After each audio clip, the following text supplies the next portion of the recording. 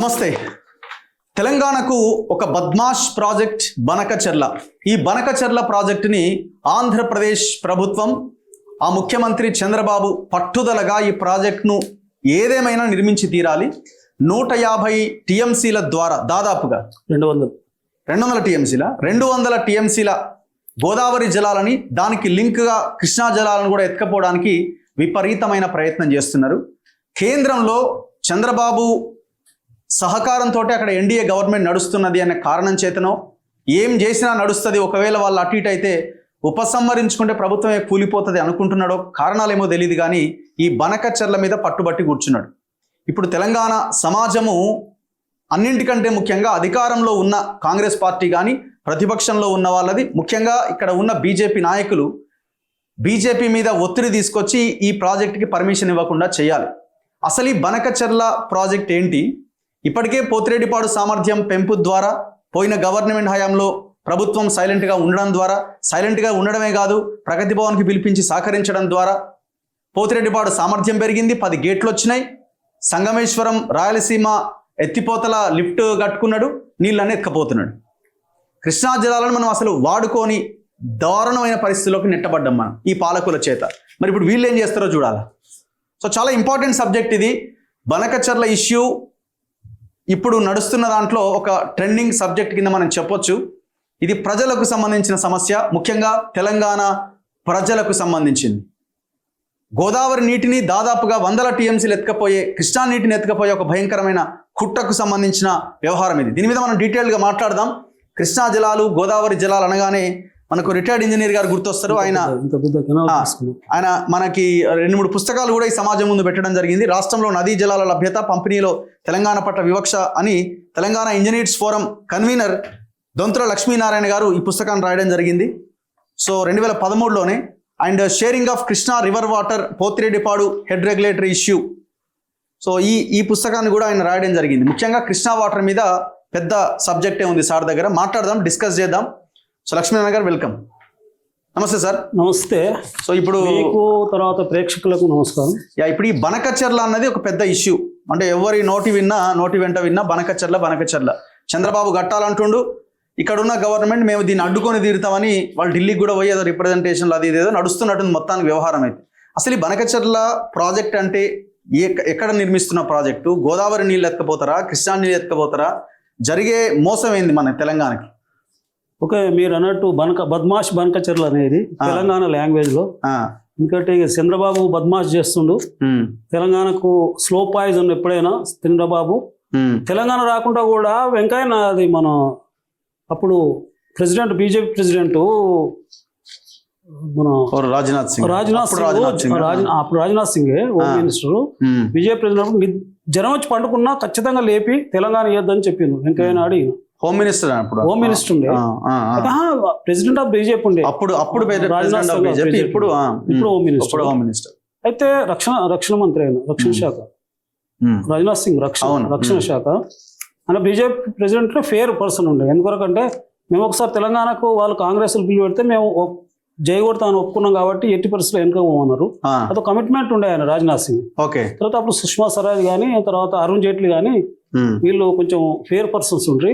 అయితే వీళ్ళు ఖచ్చితంగా వెంకయ్య నాయుడు, చంద్రబాబు నాయుడు తెలంగాణ ఇవ్వద్దనే అంటర్నల్ గా, బయటనేమో 2 కాళ్ళ సిద్ధాంతం, అంతర్గతంగా తెలంగాణ ఇవ్వద్దు అనేది పోరాడిండు.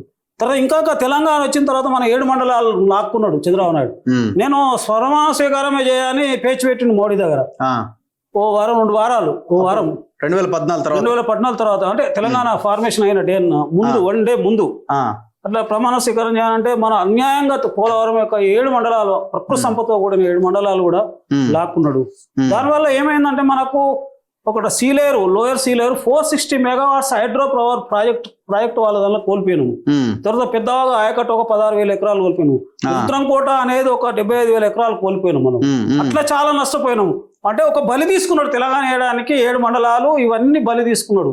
సీలేరు హైడ్రో ప్రాజెక్టు చాలా చీప్ తోనే అవుతుంది, 10 నెలలు ఉత్పత్తి చేస్తుంది సంవత్సరంలో. అంత పెరేనియల్ రివర్ అది సీలేరు రివర్. ఇది ఎలాంటి నష్టం చేసి చంద్రబాబు హిస్టరీ ఏంటంటే అది చంద్రబాబు నాయుడు యొక్క కుటిల రాజకీయ నాయకుడు చంద్రబాబు నాయుడు అందరికి తెలుసు, ఎందుకంటే ఇవి ఎగ్జాంపుల్స్ మనకు. ఇప్పుడు ఏంటి బనకచెర్ల ఏంటి అసలు, ఇది మనకి వచ్చిన ఇబ్బంది ఏంది, రాబోతున్న ఇబ్బంది ఏంటి? సరే ఒకసారి మన ప్రొఫైల్ ఏంది, తెలంగాణ ఇరిగేషన్ ప్రొఫైల్ ఏంది, మన ఆంధ్ర ప్రొఫైల్, మన అప్పుడు ప్రొఫైల్ ఏంది కూడా తెలుసుకోవాలి. వాస్తవానికి తెలంగాణ వచ్చే నాటికి, అంటే ఆంధ్రప్రదేశ్ ఏర్పడే నాటికి, తర్వాత తెలంగాణ వచ్చే నాటికి జలగిన తర్వాత ఇరిగేషన్ ప్రొఫైల్ ఏముంది, ఆంధ్రప్రదేశ్ కు తెలంగాణకి ఏం తేడా ఉందని తెలుసుకోవాలి. సో అది మాట్లాడే ముందు ఫస్ట్ మనం లీడ్ ఈ పాయింట్ కొంచెం వస్తే దాని అంతా ఇరిగేషన్ ప్రొఫైల్ తెలిసిన తర్వాత మనం వెళ్దాం. ఇప్పుడు 1956 2004 మనకు ఇది కటింగ్ ఇయర్. ఎందుకంటే ఇరిగేషన్ కు బిఫోర్ ఆఫ్టర్ 2000 వైఎస్ రాజశేఖర వచ్చింది, తర్వాత ఆఫ్టర్ 2014 వేసుకో సుమారుగా.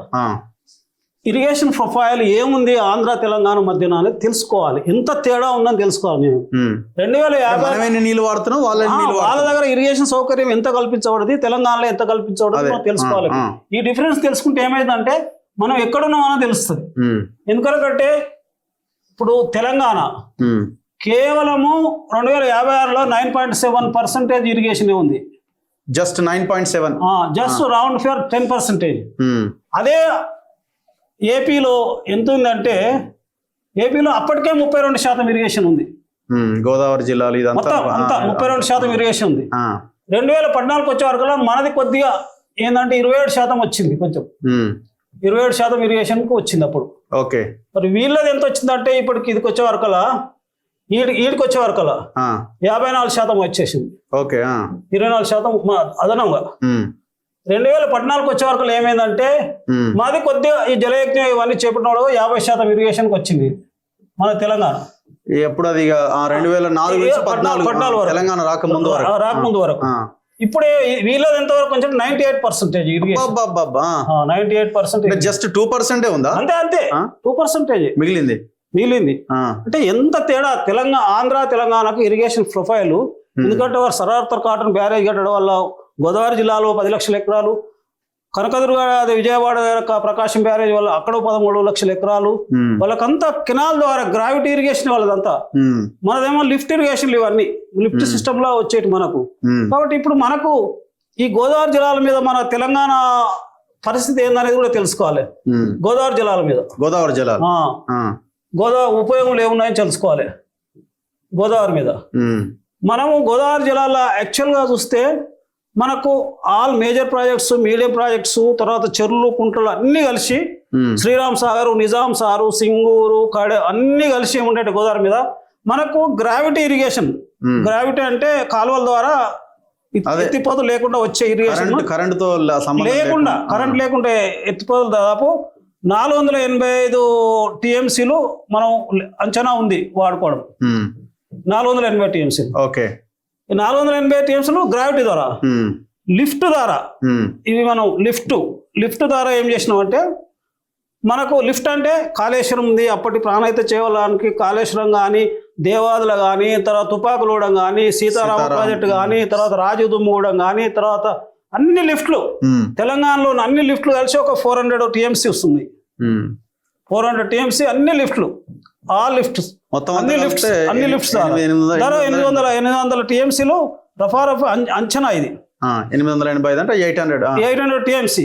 కానీ మనం వాడుతున్నది ఇది అంటే ఇరిగేషన్ ఒక గ్రావిటీ ద్వారా ఒక 885 టీఎంసీలు ఉన్నది ఉపయోగము. ఆల్ లిఫ్ట్ మరి అన్ని కంప్లీట్ కావాలి, మన అన్ని లిఫ్ట్లు అన్ని పనిచేస్తే వాడతాం.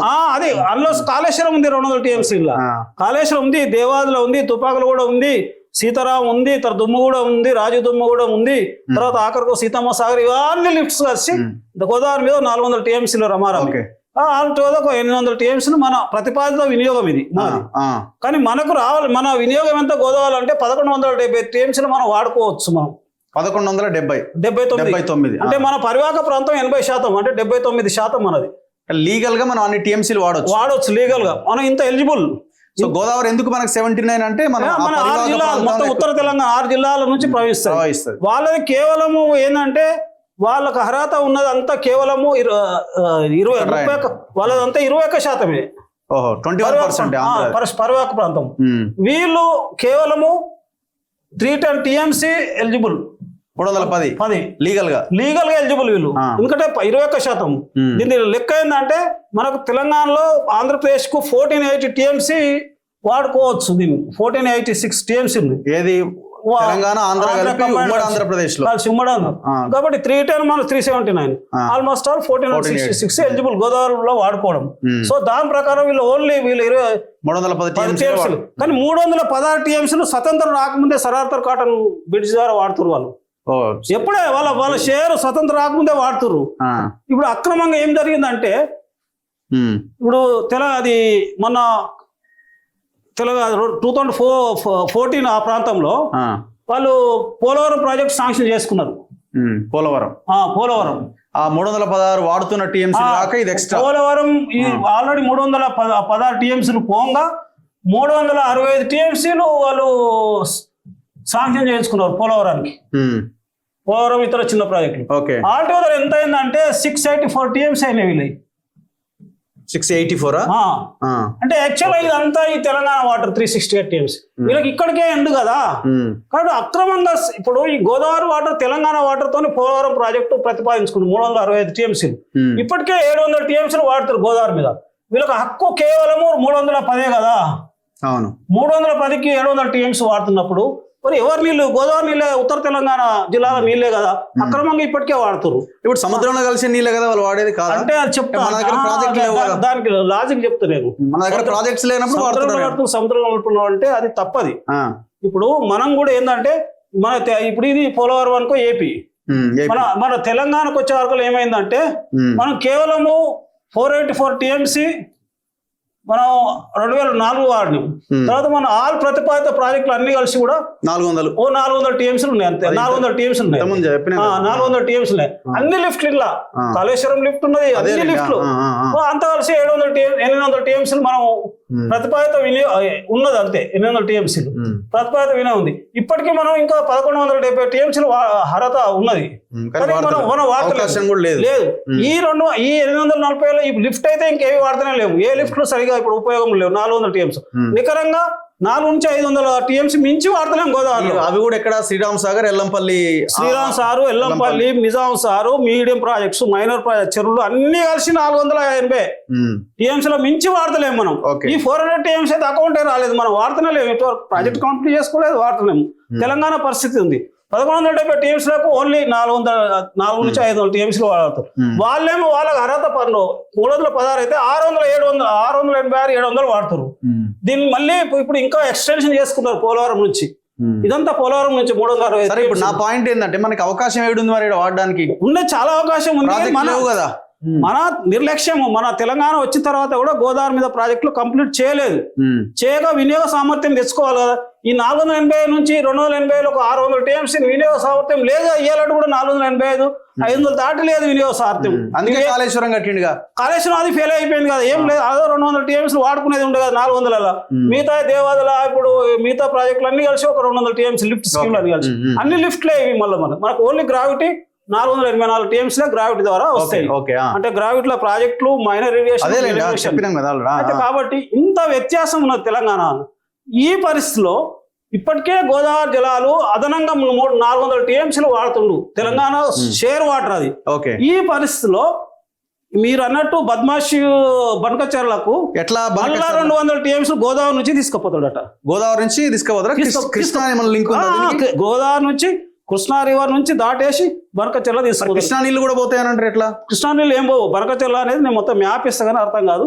ఎందుకంటే మనం కొంచెం ఈ సందర్భంగా మ్యాప్ ఇస్తే ఇది గోదావరి రివర్. ఇక్కడ ప్రాణహిత వచ్చి కలుస్తుంది ఇలా గోదావరిలో, ఇక్కడ కలుస్తుంది.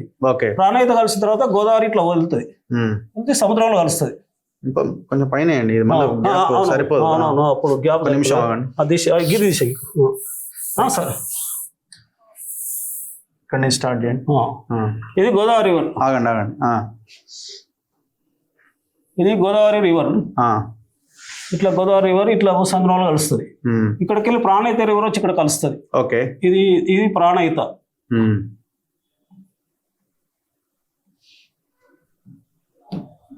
ప్రాణహిత రివర్ అయితే ఇక్కడ ఇది కాళేశ్వరం.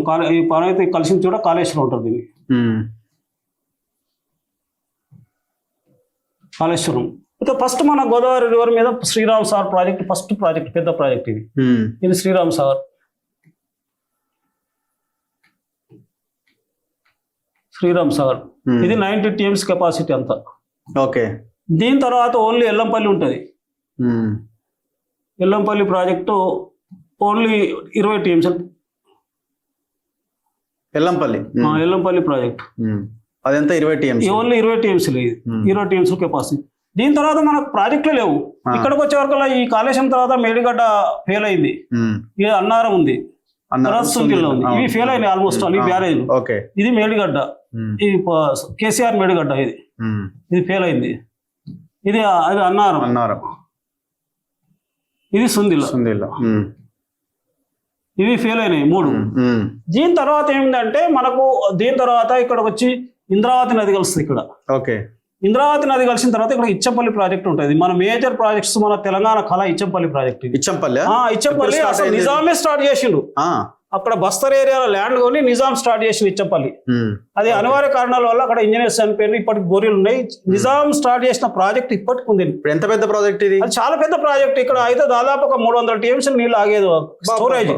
పోలవరం కంటే డబుల్ అసలు అంత స్టోరేజ్. ఏ జిల్లాలకు వాటర్ మొత్తం తెలంగాణకు వచ్చేస్తాయి ఇవన్నీ. అప్పుడు ఇచ్చంపల్లి ప్రాజెక్ట్ చేపట్టినట్టుంటే, అప్పుడు నిజాం ప్రాజెక్ట్ చేపట్టినట్టే తెలంగాణ అసలు సస్యశ్యామం అవుతుంది. ఇంద్రావతి నది, ఇంద్రావతి కలిసిన తర్వాత ఇచ్చంపల్లి ఇక్కడ ఉంటుంది.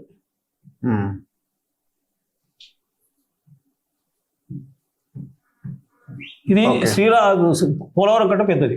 ఇచ్చంపల్లి తర్వాత దేవాదులు ఉంటుంది. దేవాదుల తర్వాత తుపాకులగూడెం ఉంటుంది.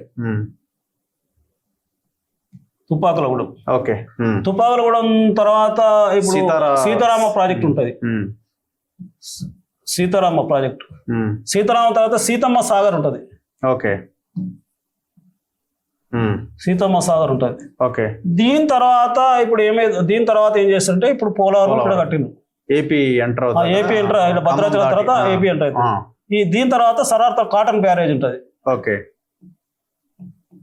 కాటన్ బ్యారేజ్ ఉంటుంది. దీని తర్వాత ఇది సముద్రంలో కలుస్తుంది, సీలో కలుస్తుంది.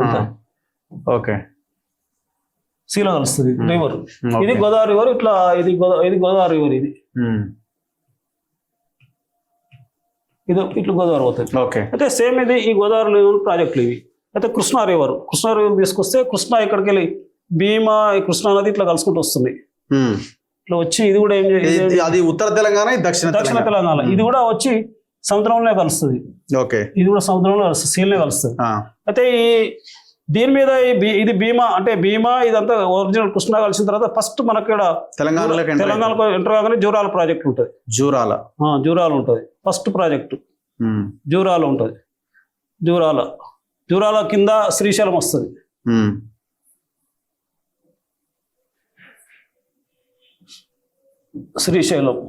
శ్రీశైలం కింద నాగార్జున సాగర్ వస్తుంది.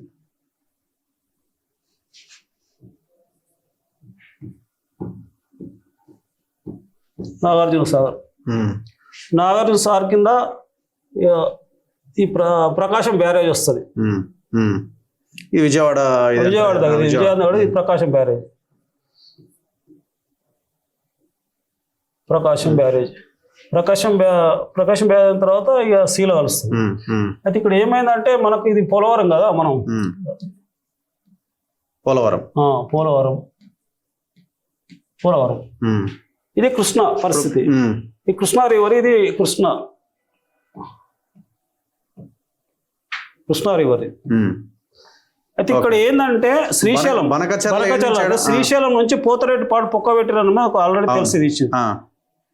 ఇక్కడ ఏంటంటే పోతిరెడ్డిపాడు తెలుగుగా నీళ్ళు తీసుకుపోయేటప్పుడు ఎన్టీ రామారావు 4 గేట్లు పెడితే వైఎస్ వచ్చి 14 గేట్లు చేసిండు. మొన్న జగన్ వచ్చి 24 గేట్లు చేసిండు. పోతిరెడ్డిపాడు ఇది పోతిరెడ్డిపాడు కాలువ. ఇది పోతిరెడ్డిపాడు కాలువ. శ్రీశైలం నుంచి వచ్చినప్పుడు ఇది Pothireddy PHR, Pothireddypadu head regulator ఉంటుంది. హెడ్ రెగ్యులేటర్ దాన్ని పిహెచ్ఆర్. ఇక్కడికి వచ్చిన తర్వాత ఏమైందంటే 3 కెనాల్స్ గా విడిపోతుంది.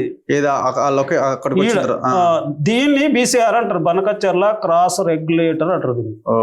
దాన్ని బనకచర్ల విలేజ్. అది ఇక్కడ విలేజ్ ఉంటుంది. విలేజ్ ఉంటుంది బనకచర్ల క్రాస్ రెగ్యులేటర్. ఈ క్రాస్ ఇట్లా వెళ్ళిపోతున్నాయి కదా 3 కెనాల్స్. ఒకటి తెలుగు గంగా, ఇది టీజీ తెలుగంగకు ఒకటి పోతుంది. ఓకే. ఒకటేమో ఇది నిపులవాకు పోతుంది, ఈ కెనాల్. ఓకే. ఇది నిపులవాకు పోతుంది, అది ఇదేమో ఎస్ఆర్బిసి పోతుంది, శ్రీశైలం కుడిగట్టు కాలువ right bank canal. SRBC left bank canal మనది, వాళ్ళది రైట్ బ్యాంక్ కెనాల్. ఇక్కడికి వెళ్ళి మనది ఉంటుంది ఎస్ఎల్బిసి. ఇది ఎస్ఎల్బిసి అంటారు, ఇది ఎస్ఆర్బిసి, ఇది ఎస్ఆర్బిసి. ఓకే.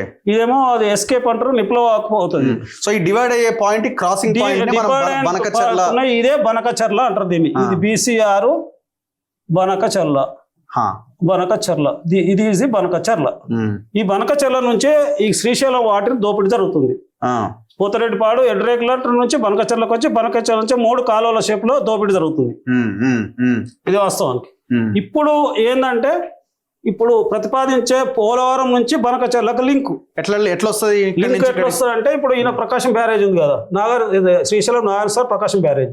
ప్రకాశం బ్యారేజ్ తర్వాత ఏం చేస్తాడు, ఇట్లా పులిచింతలు వస్తుంది కదా ఇక్కడ, మన సాగర్ తర్వాత పులిచింతలు మర్చిపోయాను మనం. సాగర్ తర్వాత పులిచింతలు వస్తుంది.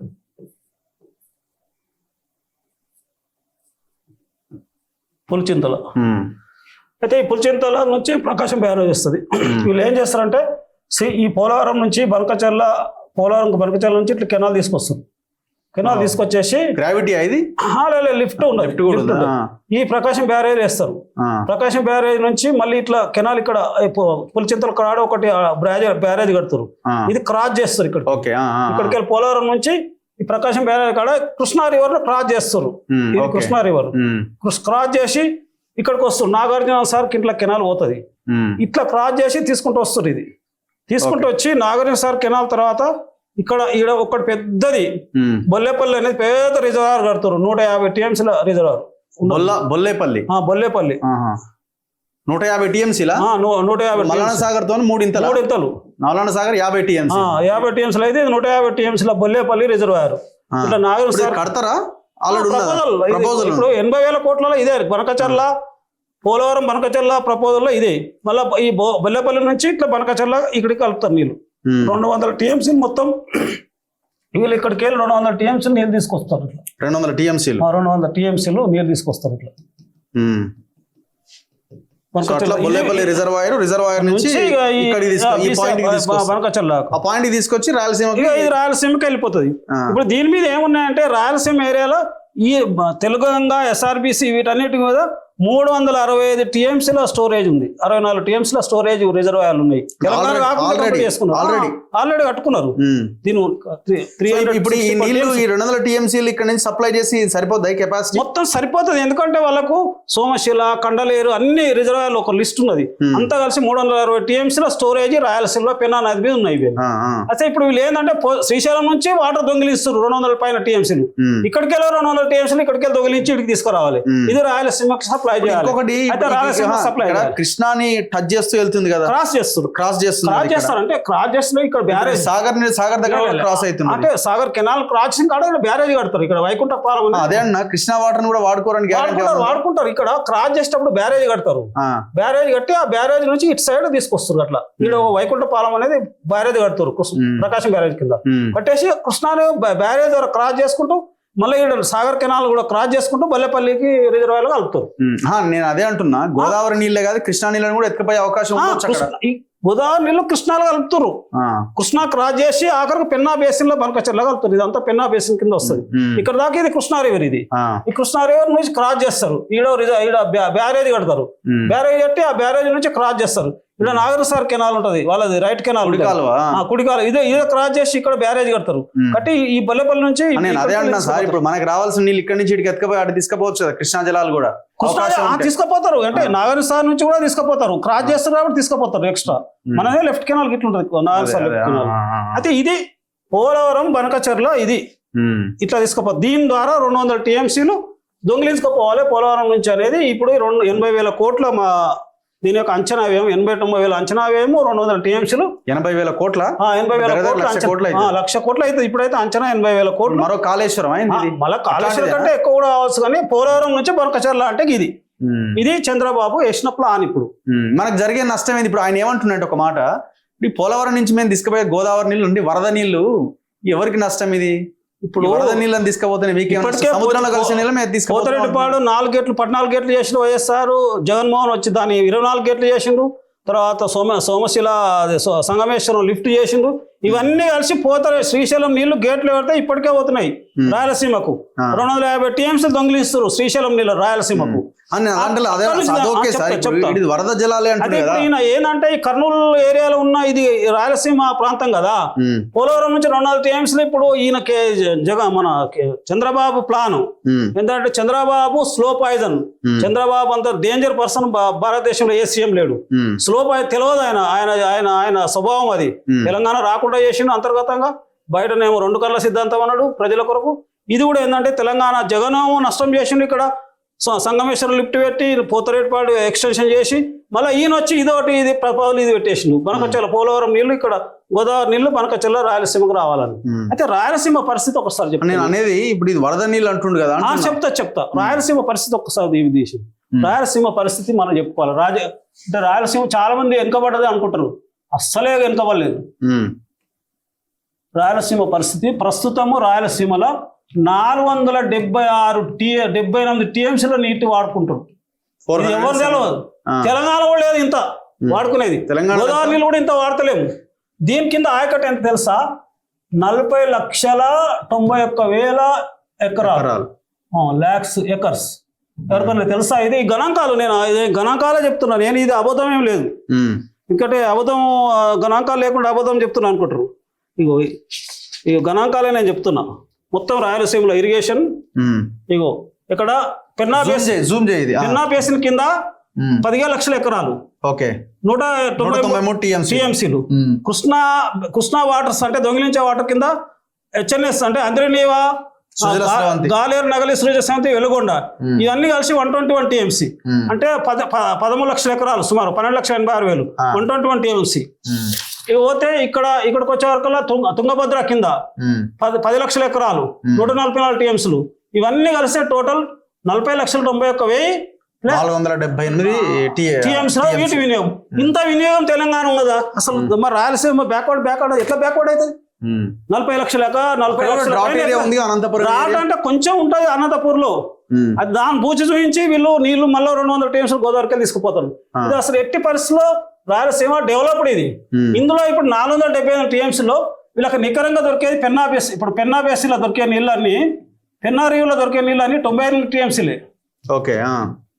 తర్వాత అది TMCలు.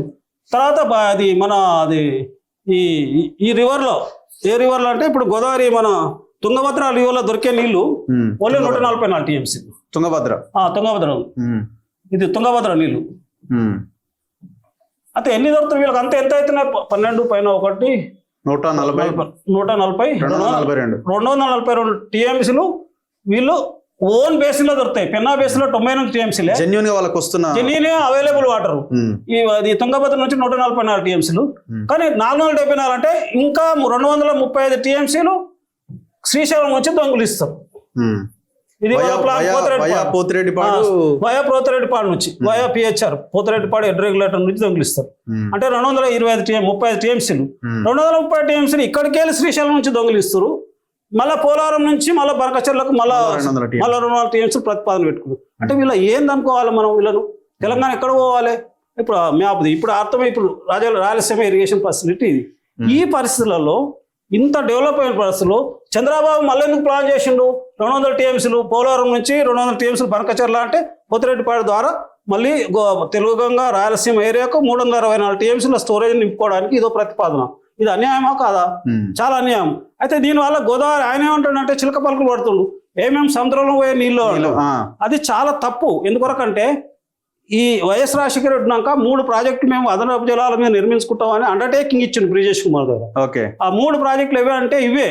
ఏంటంటే ఇప్పుడు తెలుగు గంగ, అంద్రినీవా, తర్వాత ఇవన్నీ 3 ప్రాజెక్టులు ఇవన్నీ అండర్టేకింగ్ ఇచ్చి నిర్మాణం చేసుకున్నాడు. ఇవి ఈ రోజు ఇప్పుడు హక్కు కావాలంటుండు నీళ్లు. ఒకటి ఇప్పుడు ట్రైబ్యునల్స్ కానీ కోర్టు ముందు ఏముంటది? కాదు నా పాయింట్. ఆల్రెడీ ఆయకట్టును గనక అది అక్రమమైన ఇంకోటైనా ఆయకట్టు తయారైన తర్వాత దాన్ని వెనక్కి తీసుకోవడం.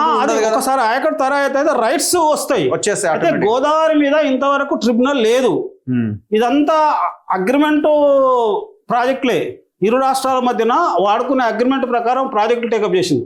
దీని మీద ట్రిబ్యునల్ ఇవ్వలేదు, అవార్డు ఇవ్వలేదు గోదావరి మీద. మనకు గోదావరి మీద లంసం ఏంటంటే ఆంధ్రప్రదేశ్కు 1486 టీఎంసీలు ఉపయోగించుకోవచ్చు అని ఇచ్చింది లంసంగా గోదావరి నీళ్ళు ఆంధ్రప్రదేశ్ లో. అందులో మనం ఏం చేసినామంటే 960 టీఎంసీ మనం అనుకున్నాం, మనం వాడుకుంటామని ఇచ్చిర్రు. ఎందుకు ఇచ్చారు అంటే అప్పుడు శ్రీకృష్ణ కమిటీకి ఆంధ్రప్రదేశ్ ఇచ్చింది. రిమైనింగ్ 520 టీఎంసీ ఆంధ్రప్రదేశ్ కు వాళ్ళు ఏపీకి అని ఇయర్ మార్క్ చేసుకున్నారు. కానీ ఇది ఎక్కడ ఇప్పటికే 700 మనం 520 కూడా వాడతలేము. మనం 960 అనుకున్నాం కానీ మనం సగం కూడా వాడతలేము ఇప్పుడు. అసలు మన ప్రాజెక్టులో మన పరిస్థితి అట్లా ఉన్నది. మన నాయకులకే అయితే ఇప్పుడు మనకు 79% పరివాహక ప్రాంతం ఉండి వాళ్ళకు 21% పరివాహకం ఉండి వాడు మనకంటే ఎక్కువ వాడుతున్నాడు, వానికి వచ్చే అర్హత. ఈ పరిస్థితిలో మళ్ళీ పోలవరం నీళ్లు 200 టీఎంసీలు రాయలసీమకు బనకచర్లకు తరలించడం ఎంతవరకు సమంజసం? సరే, ఇప్పుడు వాళ్ళు ఎత్తుకపోతుందికే చూస్తారు అనుకోండి. మన నాయకులు ఏం ఆలోచించాలి ఇప్పుడు దీన్ని? ఇప్పుడు అసలు ఏంటంటే మనకు ఈ గోదావరి జలాల మీద ట్రిబ్యునల్ పంపకాలు జరగలేదు. మనకున్న ప్రాజెక్టులు ఇవన్నీ అడ్డుపడుతుర్రు. అది సీతమ్మ సాగరు, తర్వాత సీతమ్మ సాగరు, అది మన ఇది సీతమ్మ సాగర్, సీతారామ ప్రాజెక్టు, సీతమ్మ సాగర్,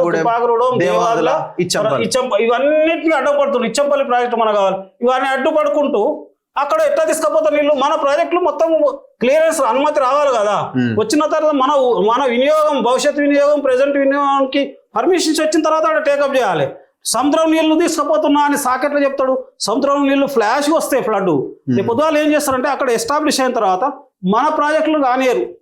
ఇక్కడ మన తెలంగాణకు అప్పుడు ముప్పు వస్తుంది. వాళ్ళు ఒకవేళ రేవంత్ రెడ్డి ఏం చేయాలా? ఖచ్చితంగా రేవంత్ రెడ్డి అడ్డుకోవాలి. ఇక్కడ ఉన్న లీడర్లు ఏం చేయాలి? బీజేపీ లీడర్లు కూడా అర్థం చేసుకోవాలి. ఇది అదనపు జలాలు, మిగులు జలాల పేరుతో అక్కడ ప్రాజెక్ట్ ఎస్టాబ్లిష్ అయితే కింద తెలంగాణ ప్రాజెక్టులు ఫస్ట్ క్లియరెన్స్ ఇవ్వండి. ఇచ్చంపల్లి ప్రాజెక్ట్ ఇవ్వండి క్లియరెన్స్, దేవాలయం ఇవ్వండి, తుపాకలగూడ ఇవ్వండి, సీతారాం ప్రాజెక్ట్ ఇవ్వండి, సీతమ్మ సాగర్ ఇవ్వండి. భవిష్యత్తులో చేపట్టే ప్రాజెక్టులు అన్నిటికీ మాకు 960 మెగా టీఎంసీలో ప్రాజెక్టులో పర్మిషన్స్ ఇవ్వండి. ఇచ్చిన తర్వాత ఆలోచించండి. ఇంకా ఆలోచించిన తర్వాత అప్పుడు మాకు పర్మిషన్స్ ఇచ్చి మా ప్రాజెక్టులు ఎస్టాబ్లిష్ అయిన తర్వాత ఇది కేటాయింపులు జరగాలి, ట్రిబ్యునల్ వేయాలి. బచావ్ ట్రిబ్యునల్ అప్పుడు ఏంటంటే అగ్రిమెంట్ పర్మిషన్ ఇచ్చింది, డిస్ట్రిబ్యూషన్ చేయలేదు, కృష్ణాపై చేసినట్టు చేయలేదు. ఓన్లీ బచావ్ సజెషన్ ఇచ్చింది 1480 టీఎంసీ 1486 ఆంధ్రప్రదేశ్ వాడుకోవచ్చు అని. ఇవన్నీ ప్రాజెక్టులు అగ్రిమెంట్ ప్రాజెక్ట్స్, ఇన్ బిట్వీన్ స్టేట్ల మధ్య ఉన్న అగ్రిమెంట్ ప్రాజెక్టులే. కానీ బచావా ట్రిబ్యునల్ ఒక ట్రిబ్యునల్ ఏర్పాటు చేసి అలాట్ చేసింది కాదు లో కూడా. ఇప్పుడు ట్రిబ్యునల్ ఏర్పాటు చేయాలి.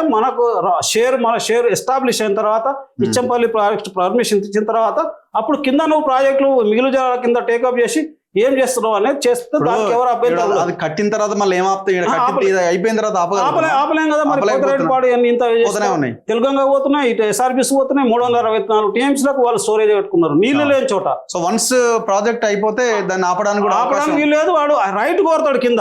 మన తెలంగాణ ఉన్న ఎగో ప్రాజెక్టులు భవిష్యత్తులో టేకప్ చేసేటివి కూడా చాలా అసలు ముప్పు ఏర్పడుతుంది. అసలు తెలంగాణకు అసలు చంద్రబాబు నాయుడు స్లో పాయిజన్ ఇస్తుంది ఇరిగేషన్ రంగంలో. మనము ఎందుకంటే వినియోగ సామర్థ్యము గోదావరిలో పెంచుకోలేదు, కృష్ణాలో లేదు. కృష్ణా తర్వాత ఒకసారి మాట్లాడడం, గోదావరి కూడా అదే పరిస్థితి ఉంది. ఖచ్చితంగా మాట్లాడదాం. అదే anyway, thank you sir, thank you very much. ఖచ్చితంగా ముఖ్యమంత్రి రేవంత్ రెడ్డి గారి మీద పూర్తి బాధ్యత ఉన్నది. ఇప్పటికే మీరు చంద్రబాబు నాయుడు మనిషినో ఇంకోటనో రకరకాలుగా మిమ్మల్ని ఇటు బీఆర్ఎస్ పార్టీ ప్రచారం చేస్తూనే ఉన్నది, మిమ్మల్ని బుల్డోజ్ చేస్తూనే ఉన్నది, అంటే మిమ్మల్ని కార్నర్ చేస్తూనే ఉన్నది. ఈ క్రమంలో మీరు దీన్ని నిరూపించుకోవాలంటే ఇది అతిపెద్ద ఆయుధం. అంటే ఒక రకంగా మీరు దీన్ని కనుక ఢీకొంటే ఉత్తర తెలంగాణలో మీకు మంచి జరుగుతుంది, మీ పార్టీకి మంచి జరుగుతుంది, మీకు మంచి జరుగుతుంది. దీన్ని అడ్డుకుంటే చంద్రబాబు నాయుడు ఉన్నా కూడా చంద్రబాబు నాయుడుని ఎదుర్కొన్నాడు రేవంత్ రెడ్డి, నిలబెట్టిండు అన్న ఒక పేరు కూడా మీరు సంపాదించడానికి అవకాశం ఉంటుంది. సో రంగంలోకి దిగండి, ప్రజలని సమాయత్తం చేయండి, లీడర్లను సమాయత్తం చేయండి, అవసరమైతే ఢిల్లీకి వెళ్ళండి.